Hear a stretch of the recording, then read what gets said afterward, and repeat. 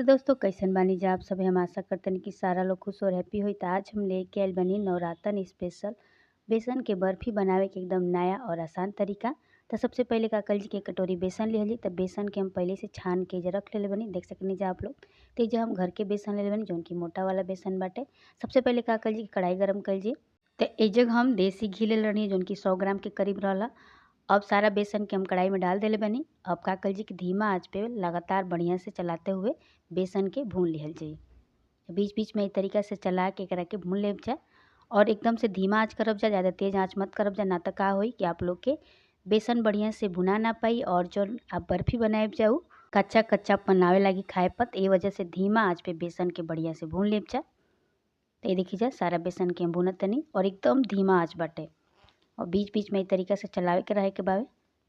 थोड़ा देर तक आप लोग आराम भी कर सके नीचा, कुछ देर के तरीके से छोड़ दे जा, फिर बीच में के चला दे जा। कम से कम एक के भुने में आपके 15 से 20 मिनट लाग जाई। तो देख सके जा कम से कम 2 मिनट से 3 मिनट हो चुकल बा। अभी हमने के कम से कम 10 से 15 मिनट और भुने के बाटे। तो देखिए जा बेसन कितना बढ़िया से भुरभुरा हो गया बा। यही तरीका से हमने के लगातार भुने के बाटे।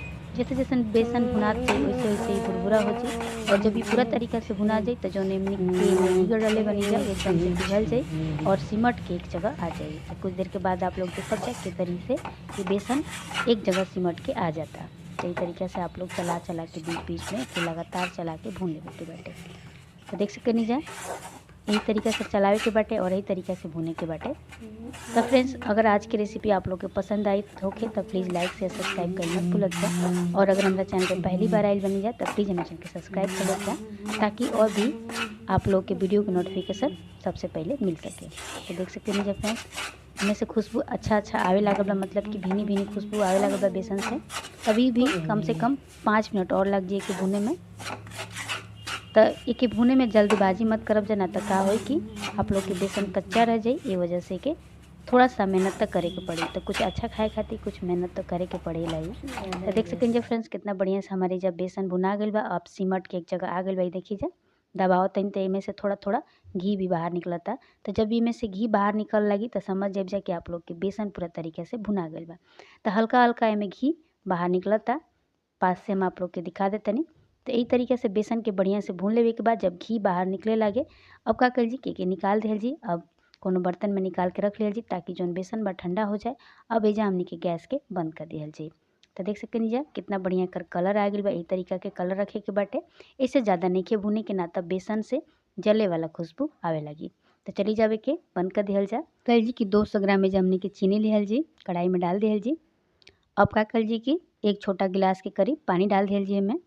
अब एजा हमने के का करे के बा फ्रेंड्स कि दूध तार के हमने के चाशनी तैयार करे के बा। तो आँच के तेज कर दिहल जी और तेज आँच पे बढ़िया से चीनी के घुले दिहल जी ताकि हमने के जो चाशनी बा तैयार हो सके। अब एजा आप लोग चाहें तो केसर भी डाल सके नीजा, इलायची पाउडर भी डाल सके नीजा, अगर पसंद होके ना होके तो ऐसे भी बना सके नीजा। अब चीनी के बढ़िया से घुले दिहल जा। तो देख सके नीजा चीनी घुले लागल बाटे, बीच में के चला दिहल जाए तरीके से ताकि चीनी जल्दी से घुल सके। अब एमें बढ़िया से उबाल आवे लागल बा, आप लोग देख सके नीजा चीनी में। अब एकरा के चेक कर लिहल जा। तो ये देखिए एकदम से हमनी के जो चाशनी बा बन के तैयार हो चुकल बा। इससे ज़्यादा हमनी के चाशनी के नहीं रखे के, ना तो ई बहुत ज़्यादा काढ़ा हो जी पाग। अब का कर जी सारा बेसन के हमनी के कढ़ाई में डाल दिहल जी। अब एजा हमनी के आँच के एकदम धीमा कर दिहल जी और धीमा आँच पे बढ़िया से बेसन के मिला लिहल जी चाशनी के साथ। तो एकदम से जैसे कढ़ी घोलल जाला वही तरीका से घोल लेब जा। अगर ज़्यादा जले लागे तो आपका करब जा कि गैस के बंद भी कर सके नीजा, बंद करके भी डाल सके नीजा। अब एजा थोड़ा सा हमने के फूड कलर डाल दिहल जी, पसंद ना होके तो ऐसे भी बना सके नीजा। थोड़ा सा बर्फ़ी के जौन कलर बा देखे में सुंदर लगी। अब एजा खोवा भी डाल सके नीजा अगर आप लोग के पसंद होके। जैसे मावा होला घर पे तो ओके भी आप लोग बेसन के बर्फ़ी में डाल के बना सके नीजा। वैसे भी बर्फ़ी के जौन टेस्ट आवेला बहुत ही मज़ेदार और टेस्टी आवेला। तो ये देखिए एकदम से घुल गई बा और थोड़ा सा भी एमें गुठली नहीं के, देखिए थोड़ा भी बेसन में गुठली नहीं के। एक तरीके से बेसन के पूरा तरीके से घोल लेवे के बाटे। अब एजा हमने क्या कर जी कि आँच के थोड़ा सा तेज़ कर दिया जाए और तेज़ आँच पे बढ़िया से बेसन के लगातार चलाते हुए पका लिया जाए। और तब तक पकाए के बाद जब तक कि बेसन सिमट के एक जगह ना हो जाए। तो अभी तक फैला तो आप लोग देख सके नीजा, अभी एक पकाए में कम से कम 5 मिनट और लग जाए। तो नवरातन के सीजन आ गई बा और नवरातन में भोग लगावे के जरूरत पड़ेला। तो आप लोग बेसन की बर्फ़ी, बेसन के लड्डू भी बना सके नीजा। तब बेसन के लड्डू के भी हम वीडियो बहुत पहले ही डाल देले बनी, तो आप लोग भी वो बेसन के लड्डू के देख के बना सकेनी जा। और बर्फ़ी के भी बहुत सारा वीडियो हम डाले बने, तो आप लोग यस जी किचन पे जाके बढ़िया से देख सकेनी जा। ये देखिए फ्रेंड्स कितना बढ़िया से सिमट के एक जगह आ गई बा। यही तरीका से हमने के करा के जब सिमट के आ जाए तब का कल जी की गैस के बंद कर दिहल जा। तो चलिए जब गैस के जब बंद कर दिहल जा, अब के लगातार थोड़ा सा चला लिहल जा ताकि जौन चाशनी बा पूरा तरीका से पक जाए और एकर कच्चापन ना रहे। ज़्यादा अगर पकाई जाए तो कड़ा हो जाए और फिर आप लोग की बर्फ़ी टूटे लगी।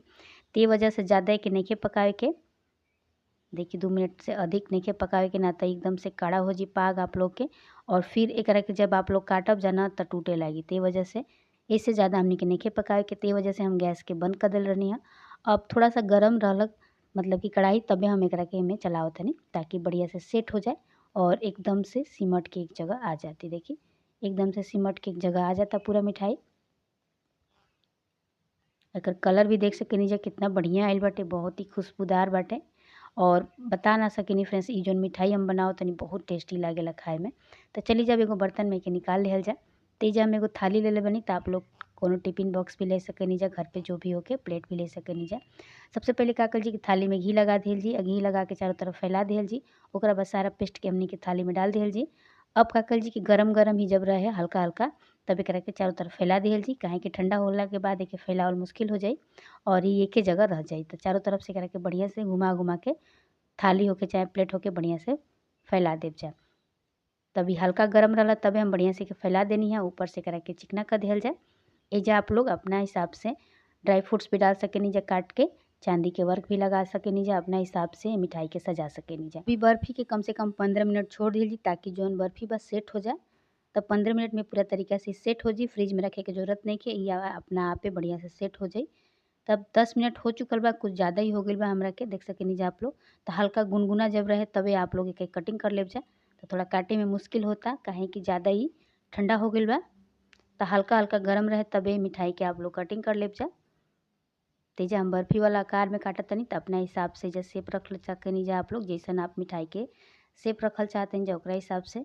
अब एजा करा के थोड़ा सा हम सजा दे तनी नारियल के कद्दूकस करके, तो अपना हिसाब से के सजा लेब जा फ्रेंड्स। काजू किशमिश बादाम डाल के पिस्ता से भी एके सजा सकेनी जा। तो ये देखिए कितना बढ़िया हमने के आज के बेसन के बर्फ़ी बन के तैयार हो चुकल बाटे, नवरातन स्पेशल। तो अगर आज की हमारी बेसन की बर्फ़ी के रेसिपी आप लोग के पसंद आई लोग है तब फ्रेंड्स लाइक से सब्सक्राइब कर मत भूलब जा।